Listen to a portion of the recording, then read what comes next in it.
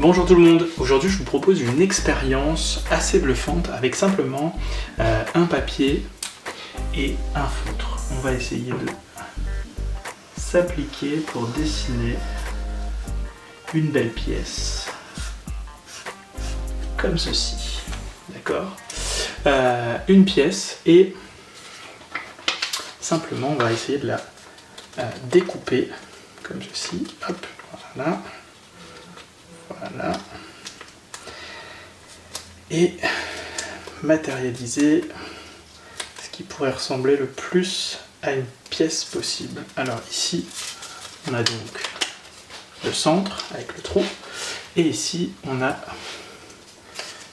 ce qui pourrait ressembler à une pièce, un dollar.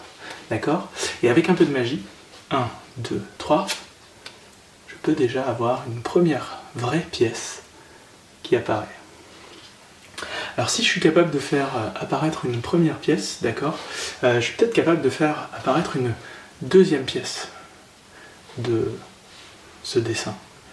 Et ce qui serait encore plus intéressant, c'est si je pouvais en faire apparaître une troisième. Mais malheureusement, c'est pas possible. Non, c'est pas possible parce que, en fait, au bout de 2 pièces, ça fonctionne plus. Il faut le mettre à l'envers, il faut le changer de sens. Et si on le change de sens, à ce moment-là, hop, on a non pas une pièce, mais un dollar. Non pas une pièce, mais un jeton de casino qui apparaît. Enfin, c'est pas qu'un jeton, en fait, c'est 3 jetons qui apparaissent. 1, 2 et 3 jetons. Alors, les jetons, c'est bien, mais c'est moins intéressant que les pièces, en réalité. Alors, si on veut s'en débarrasser, on en prend un. Et il suffit de le jeter dans le trou ici, et il disparaît. Et on n'a plus que 2 jetons. Alors, comme je vous l'ai dit, les jetons c'est moins bien. Alors ce qu'on peut essayer de faire, c'est de retransformer un jeton en pièce. Simplement, pour ce faire, on va remettre notre pièce comme ceci, et on va essayer de tapoter notre jeton dessus. 1, 2, 3. Alors là, non, il n'est pas changé. Non, en fait, c'est l'autre.